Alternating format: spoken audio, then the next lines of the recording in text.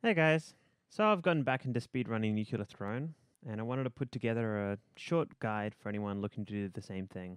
It's a pretty awesome game, and I haven't really seen any other speedrunning guides out there. I'm currently 6th in the world for any percent, which hopefully gives me a little bit of authority to talk about some of these high level strategies, but a lot of what I'm going to say is going to differ between some of the top runners, so just keep that in mind. My word definitely isn't final. Alright, so to start off, there's a bunch of categories for speedrunning Nuclear Throne. The most popular one is any percent. In any percent, you race to beat the game as fast as possible and get the main ending of the game by beating the Nuclear Throne at the end of loop 1. Any percent makes use of the Oasis skip, allowing you to skip 3 floors by heading into a hidden floor in the first level of the game. To trigger this skip, you need to do the following. In the first level, touch the rad canister, the ammo box, the weapon box, all without killing enemies. Then, when the big bandit appears, defeat him within a short amount of time, and the Oasis portal will spawn. Okay, characters. Steroids is undoubtedly the fastest character in Nuclear Throne, thanks to his ability to fire twice as often, and therefore able to kill enemies twice as fast. Plants, Eyes, and YV all make appearances on the scoreboards, so they can be considered the Tier 2 characters. Because Steroids is by far the fastest character in Nuclear Throne, I'm going to focus on him during this video. Alright, I'm going to divide the mutations into 4 tiers based on how much time they typically save. This tier list is not set in stone, and there will be situations where a lower tier mutation is a better pick than a higher mutation because of either previous mutations you've picked up or particular weapons you might have or other details like that. For the very strongest mutations, we have God tier. These mutations are your instant picks. You see them, you take them in every situation. Apart from Last Wish, and I'll talk about that. Okay. Scarier Face, it reduces enemy and boss health by 20%. This allows you to kill everything quicker, and you get to save ammo at the same time. This is followed by Steroids Throne Butt, which is by far the most effective ammo mutation in the first loop of the game, and made even stronger by receiving the ammo directly instead of having to pick it up, which costs you time. The Last Wish mutation gains God status by allowing you to skip an entire floor of enemies. This is something that no other mutation does. But, as a trade-off, it makes you tackle the hardest floor in the game, the jungle.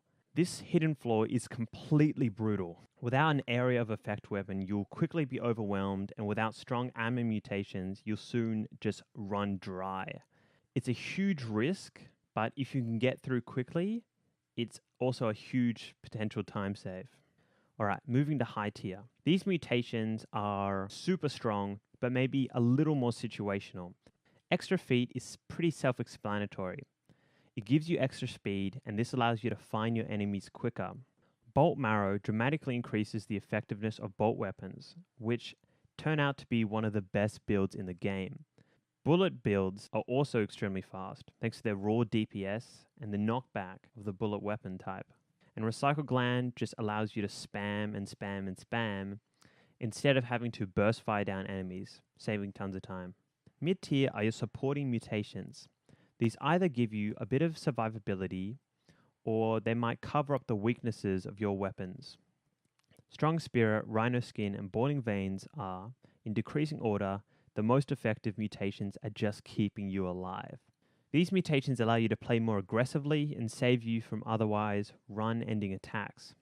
On the other hand, Rabbit Paw, Plutonium Hunger, and Eagle Eyes are all moderately effective ammo mutations. Trigger Fingers and Stress speed up your rate of fire, but rely on cost-effective weapons and ammo mutations in order to really be effective.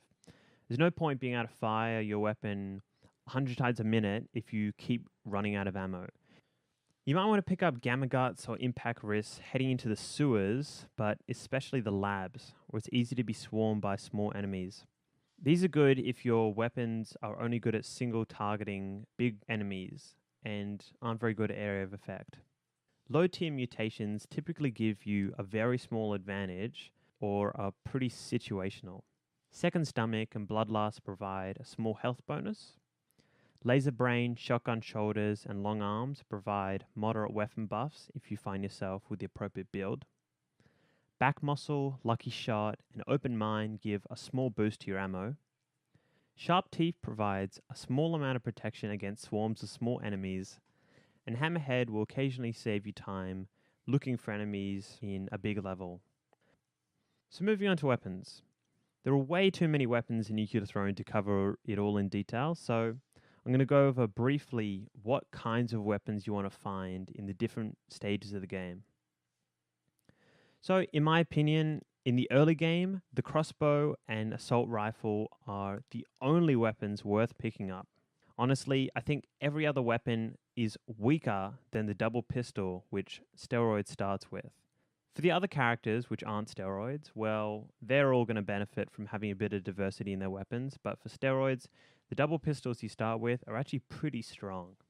Up until the Little Hunter fight, you want to find the most effective weapon for single target enemies and occasional clumps of enemies. So good weapons here are the minigun, Gatling slugger, auto crossbow, splinter pistol, basically weapons which you already feel like are really powerful and broken. Heading into the labs, however, you definitely want to bring with you an area of effect weapon, so something that's good at killing lots of small minions, or maybe have a mutation, which allows you to do the same. During the palace stage of the game, you want to prepare for the throne fight by finding basically the highest DPS weapon you can. Good weapons here are basically all explosive weapons, so the nuke, super bazooka, and also other just huge flashy weapons like plasma cannon, super crossbow, super slugger, all that kind of good stuff. All right, that's pretty much the basics from me. If you're looking for a more detailed explanation, discussions of all this stuff, first of all, I'd check out all the high-level speedruns on the leaderboards at speedrun.com. There you're going to basically find out how people did all those crazy runs and like what their exact build was and like what are their strategies, what weapons they picked, stuff like that. Another good place to look is just Twitch. So if you look at VODs of people playing speedrunning Nuclear Throne, then, you know, you might be able to catch them talking strategy and explaining what they're doing, and that's another good way to learn and improve. All right, hope you guys learned something. Thanks for watching.